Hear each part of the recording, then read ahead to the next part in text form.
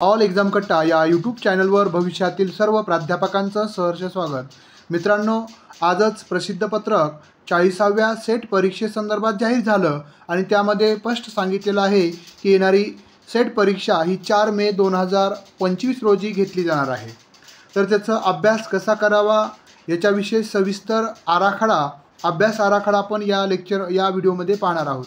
आपण काही विद्यार्थी यापूर्वी 1-2 परीक्षा दिल्या असतील, काही विद्यार्थी नव्यानं परीक्षेची तयारी करणार असतील, तर सर्वांनाच अतिशय मार्गदर्शक ठरेल अशा पद्धतीचा अभ्यास आराखडा आपण या ठिकाणी मांडणार आहोत.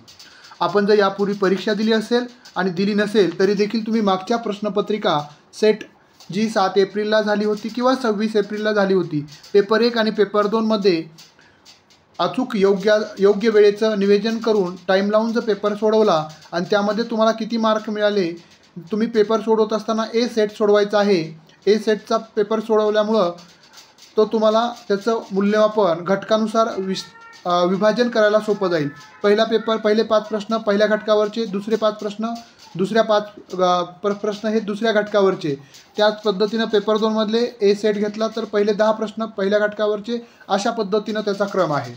अशा पद्धतीनं जर तुम्ही त्याचं विश्लेषण करून घेतलं, कोणत्या घटकाला कमी मार्क पडलेत, कोणत्या घटकाला चांगले मार्क पडलेत हे समजून घेतल्यानंतर तुम्हाला अतिरिक्त जो तुमचा घटक कच्चा आहे, ज्याला कमी मार्क मिळालेले आहेत ॲव्हरेजपैकी, तर त्यानुसार तुम्हाला तुमच्या अभ्यासाचं नियोजन करता येतं.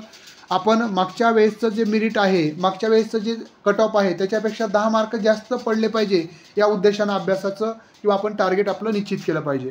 तर बघा, महिन्यानुसार अभ्यासाचं नियोजन कसं असावं.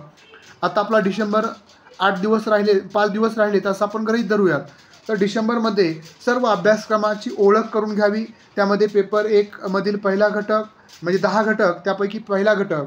पेपर 2 मध्ये विषयानुसार तुमचा जो विषय असेल, मराठी, इंग्रजी, हिंदी, वाणिज्य, अर्थशास्त्र, तर त्याचाही विषयानुसार किती घटक आहेत, प्रश्नपत्रिका, संबंधित विषयाचे सर्व घटकाचे समायोजन, मूलभूत अभ्यास साहित्य गोळा करणं. पेपर 1 आणि पेपर 2चं तुम्हाला योग्य असं अभ्यास साहित्य तुम्ही या 5 दिवसामध्ये जमा करू शकता. त्यानंतर NTA, UGC, नेट आणि सेटच्या अधिकृत पुस्तकांचा अभ्यास करून सुरुवात करावी. मागील वर्षाचे प्रश्नपत्रिकेचं विश्लेषण करावं आणि दैनंदिन वेळापत्रक तयार करावं. दिवसातून किमान 4 ते 6 तास अध्ययनासाठी राखावा. पेपर 1 आणि पेपर 1 साठी 2 तास आणि पेपर 2 साठी देखील 2 तास. पेपर 2 तुमचा मुळात ज्या विषयामध्ये तुमचं MA BA झालेलं आहे त्या विषयातून असणार आहे, त्यामुळं बऱ्यापैकी संकल्पना तुमच्या पेपर 2च्या पूर्ण असतात. त्यामुळे तुम्ही त्याला 2 तासच दिले, 50% वेळ पेपर 1ला आणि 50% वेळ पेपर 2ला दिला तरी चालेल. त्यानंतर आपण येणाऱ्या जानेवारीचा आपण विचार करूयात. आपण जर पाहिलं तर जानेवारी महिन्याचं पेपर 1 आणि पेपर 2चं कसं नियोजन करायचं. तर बघा, पेपर 1 मध्ये टीचिंग ॲप्टिट्यूड पहिला जो घटक आहे, युनिट 1 ते 3 अभ्यास करावा. टीचिंग ॲप्टिट्यूड, रिसर्च ॲप्टिट्यूड आणि रीडिंग कॉम्प्रिहेन्शन म्हणजेच आकलन क्षमता, त्याच्यामधल्या संकल्पनांची सविस्तर माहिती गोळा करावी. नोट्स बनवाव्या स्वतःच्या. जानेवारीमध्ये पेपर 1 संदर्भात 1 ते 3 घटक तुम्हाला पूर्ण करायचे. जानेवारीमध्ये पेपर 2 नुसार तुमचा जो विषय आहे त्यातले पहिले 2 ते 3 युनिट तुमचे कव्हर झाले पाहिजे. याच्यामध्ये व्याख्यानमाला, संबंधित संदर्भ ग्रंथ आणि त्याच्या नोट्स 3 घटकात 1 ते 2 किंवा 3 घटक तुमचे पेपर 2चे देखील जानेवारीमध्ये पूर्ण झाले पाहिजे. त्यानंतर मॉक टेस्ट. आता आपण काय केलं आहे, फॉर्मॅट चेंज केला अभ्यासाचा. आपण जर पाहिलं तर आपण प्रत्येक घटक, त्याच्या उपघटक आणि प्रत्येक उपघटकावर प्रश्न, प्रत्येक घटकाचं विश्लेषण, त्याच्या उपघटकाचे त्याच्यावर जे विश्लेषण झाले त्याच्यावरचे प्रश्न, म्हणजे जर एका घटकामध्ये 5 मुद्दे असतील तर 5 उपमुद्दे, त्याचं विश्लेषण, त्याच्या नोट्स आणि त्याच्याखाली त्याच्यावरचे प्रश्न, अशा पद्धतीनं आपण घटकाचं देखील उपघटकामध्ये विभाजन करून त्याचा आपण परीक्षाभिमुख दृष्टिकोनातून ऑब्जेक्टिव्ह, वस्तुनिष्ठ आणि विश्लेषणात्मक अभ्यास आपण करणार आहोत. मॉक टेस्ट सोडवणं गरजेचं आहे. टेस्ट सिरीज ज्याला आपण म्हणतो. आपण मॉक टेस्ट जे विद्यार्थी डायरेक्ट अभ्यास करतात त्यांच्यासाठी, पण जे विद्यार्थी आपण ज्या पद्धतीनं आता क्लासला नवीन पद्धत आपण अवलंबलेली आहे, विश्लेषण, ते उपमुद्दा, त्याचं विश्लेषण आणि त्यावरचे प्रश्न, त्यांना मॉक टेस्ट द्यायची गरज नाही आहे. आठवड्यातून 1 वेळा पेपर 1 आणि पेपर 2च्या मॉक टेस्ट द्याव्यात घटकानुसार. त्यानंतर पुढच्या महिन्याकडे जाऊयात आपण. फेब्रुवारी महिना. फेब्रुवारी 2025चा जर आपण विचार केला तर पेपर 1 मधलं रिजनिंग म्हणजे 4था आणि 5वा घटक आणि म्हणजे चौथा, पाचवा आणि सहावा हे तुमचे 3 घटक फेब्रुवारीमध्ये पूर्ण झाले पाहिजेत पेपर 1 मधले. त्यानंतर त्या घटकावरचे प्रिव्हियस इयर क्वेश्चन पेपरचा सराव झाला पाहिजे. पेपर 2 मधलं पुढील 3 युनिट म्हणजे चौथा, पाचवा आणि सहावा हे युनिट तुमचे पेपर 2चे झाले पाहिजेत. विषयानुसार महत्त्वाचे मुद्दे समजून घेतले पाहिजेत, त्याच्या नोट्स अपडेट केल्या पाहिजेत, त्याचं रिव्हिजन दिलं पाहिजे. जानेवारीतील कव्हर केलेल्या घटकाचा सराव देखील तुम्हाला यामध्ये करायचा आहे. म्हणजे फक्त तुम्ही काढलेल्या नोट्स असतील, शॉर्टकट सराव, कारण की पुढचं पाठ मागचं सपाट असं होऊ नये. त्यामुळे आपल्याला प्रत्येक महिन्यामध्ये मागचा देखील केलेल्याचा सराव आपल्याला पुनरावलोकन करायचं आहे. हे झालं फेब्रुवारीचं नियोजन. त्याच्यानंतरनं मार्च महिन्याचं नियोजन आपण जर पाहिलं तर अशा पद्धतीनं करणं अपेक्षित आहे. मार्च महिन्यामध्ये आपल्याला काय करायचं आहे, पेपर 1 मधले ICT आणि एन्व्हायरमेंट म्हणजे 8वा आणि 9वा घटक पूर्ण करायचा आहे. 7वा, 8वा, 9वा म्हणजे 7वा, 8वा, 9वा त्याच्यामधल्या सर्व संकल्पनासहित समर्पक अभ्यासक्रम आणि त्याचे तक्त्याद्वारे समजावून घ्यायचा आहे. पेपर 2 मधले युनिट 7 आणि 8 आणि 9 याचे ह्या अभ्यासायचं पण आहे आणि प्रॅक्टिस सराव म्हणजे त्याच्यावरचे प्रश्नही सोडवायचे आहेत आणि दैनंदिन मॉक टेस्टही द्यायच्या आहेत. पेपर 1 आणि पेपर 2 साठी 30 मिनटं त्याची चाचणी तुम्ही करू शकता, किंवा जर तुम्ही घटकानुसार अभ्यास करत असाल आणि त्याच्या उपघटकानुसार प्रश्नांचा सराव करत असाल तर टेस्ट द्यायची गरज नाही आहे. हे झालं मार्चचं नियोजन. त्यानंतर एप्रिल राहतो एकच महिना आपल्याकडं.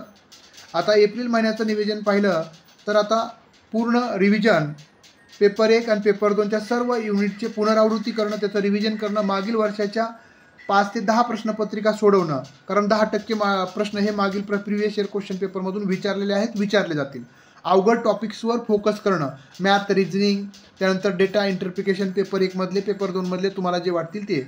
जे मुद्दे कमी स्पष्ट आहेत त्यांना पुन्हा सराव करावा, मॉक टेस्ट द्याव्यात, टेस्ट सिरीज द्याव्यात, दररोज पूर्ण पेपर सोडवावा. हे पेपर 1, पेपर 2, पेपर 2, पेपर 1चं वेळेचं नियोजन करावं. पेपर 2ला अडचण नाही, पण पेपर 1ला अचूक त्यावेळेच्या नियोजनावर भर द्यावा. आणि शेवटी राहतो विषय मेचा. आता मे 7 आपल्याला 4 सांगितले, पण माझ्या मते MPSCची कंबाईन परीक्षा असल्यामुळं शक्यतो पुढे जाऊ शकेल परीक्षा पुढच्या 1 आठवड्यामध्ये, पुढच्या रविवारी असं होऊ शकतंय, मी शक्यता वर्तवतोय. तर मेमध्ये रिव्हिजन, फोकस, नोट्स असतील तुम्ही शॉर्टकट काढलेल्या, त्यानंतर टेस्ट सिरीज असतील, टिप्स काढलेल्या असतील त्याचं पुनरावलोकन करा. आठवड्यातील 2 ते 3 फुल मेथड पूर्ण सिलेबसवर मॉक टेस्ट दिली पाहिजे, टेस्ट सिरीज दिली पाहिजे. त्यानंतर पेपर 1 अशा पद्धतीनं महिन्यानुसार आपण अभ्यास केला पाहिजे. आता संकल्पना कशा पद्धतीनं अभ्यासाव्यात याचं आपण इथं सांगितलेलं आहे. पेपर 1चा जर विचार केला तर मूलभूत संकल्पना समजून घ्या. पेपर 1 पेपर म्हणजे घटक 1, घटक 2 हे सर्व पहिल्या पेपरमध्ये मूलभूत संकल्पनावर प्रश्न विचारले जातात.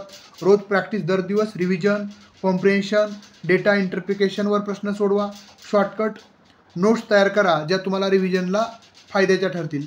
हे झालं पेपर 1 संदर्भात. पेपर 2 संदर्भात जर आपण विचार केला तर पेपर 2 मध्ये तुम्हाला विषयाचा सखोल अभ्यास करावा, त्याची संकल्पना समजून घ्याव्यात, त्याच्यावरचे प्रिव्हियस इयर क्वेश्चन पेपरच्या सरावावर भर द्यावा, तक्ते आणि आपण चार्ट स्वतः बनवावेत, कठीण संकल्पना सुलभ करून घ्याव्यात, संपूर्ण सिलेबस कसा कव्हर करता येईल युनिटनुसार, आणि हे आपण घटकनुसार आपण महिन्यानुसार नियोजन केलेलं आहे. तर तुम्ही हे सप्त्यानुसार म्हणजेच आपण 8 दिवसाचं देखील प्लॅनिंग करू शकता, साप्ताहिक नियोजन आपण करू शकता.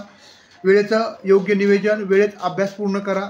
आरोग्याची काळजी, झोप, आहार, मानसिक तणाव याचं व्यवस्थापन, सातत्य ठेवणं गरजेचं आहे. मॉक टेस्ट म्हणजे सराव टेस्ट, त्याला आपण टेस्ट सिरीज देणं गरजेचं आहे. त्यातून आपल्यामध्ये परीक्षाभिमुख दृष्टिकोन निर्माण होतो. समूह चर्चा करा, चर्चेतून शिक्षकाबरोबर, मित्रांबरोबर, त्यातून तुमच्या ज्ञानाचं दृढीकरण होतं. आपण पाठ करू शकत नाही, आता आपलं हे वय पाठांतराचं नाही आहे. त्यानंतरनं समूह चर्चा कराव्यात. आणि पेपर 1 आणि पेपर 2 आता नाही तर नंतर कधीच नाही, अभिनय तो कभी नाही, हे मी सातत्यानं सांगत असतो. हीच संधी शेवटची म्हणून अभ्यास करायचा आहे आणि सातत्य ठेवायचं आहे, निश्चितच यश मिळेल. तुम्हाला परीक्षेसाठी खूप खूप शुभेच्छा. हा व्हिडिओ आवडला असेल तर निश्चितच आपल्या मित्रमैत्रिणीला शेअर करू शकता. आणि ज्या विद्यार्थ्यांना सेटनेट परीक्षेचा क्लास जॉईन करायचा आहे, पेपर 1 पेपर 2 संदर्भात ऑल एक्झाम कट्टा या आपल्या गुगल प्ले स्टोरवरील ॲपवर हा कोर्स उपलब्ध आहे, जो आता 2 वर्षासाठी असेल. त्यामध्ये 25% आपण सूट दिलेली आहे. आजपासून 5 जानेवारीपर्यंत जर तुम्ही जॉईन केलं तर तुम्हाला तो 3,500 रुपयामध्ये पडेल, म्हणजे 500 रुपये 25% म्हणजे 2025मध्ये आपण प्रवेश करत आहोत, त्यामुळे आपण 25% सूट दिलेली आहे. हा कोर्स तुम्ही 2 पद्धतीने जॉईन करू शकता. एक तुम्ही हा जो 9689047738 हा नंबर आहे, त्याला व्हॉट्सअपद्वारे देखील तुम्ही गुगल पे, फोनपे करून स्क्रीनशॉट टाकून किंवा चौकशी करून जॉईन करू शकता, किंवा ऑल एक्झाम कट्टा जे आपलं गुगल प्ले स्टोरवरील ॲप आहे, त्या ॲपच्या माध्यमातून देखील तुम्ही कोर्स जॉईन करू शकता. चालेल, हा व्हिडिओ आवडला असेल तर निश्चितच आपल्या मित्रमैत्रिणीला शेअर करायला विसरू नका. धन्यवाद आणि येणाऱ्या परीक्षेसाठी खूप खूप शुभेच्छा.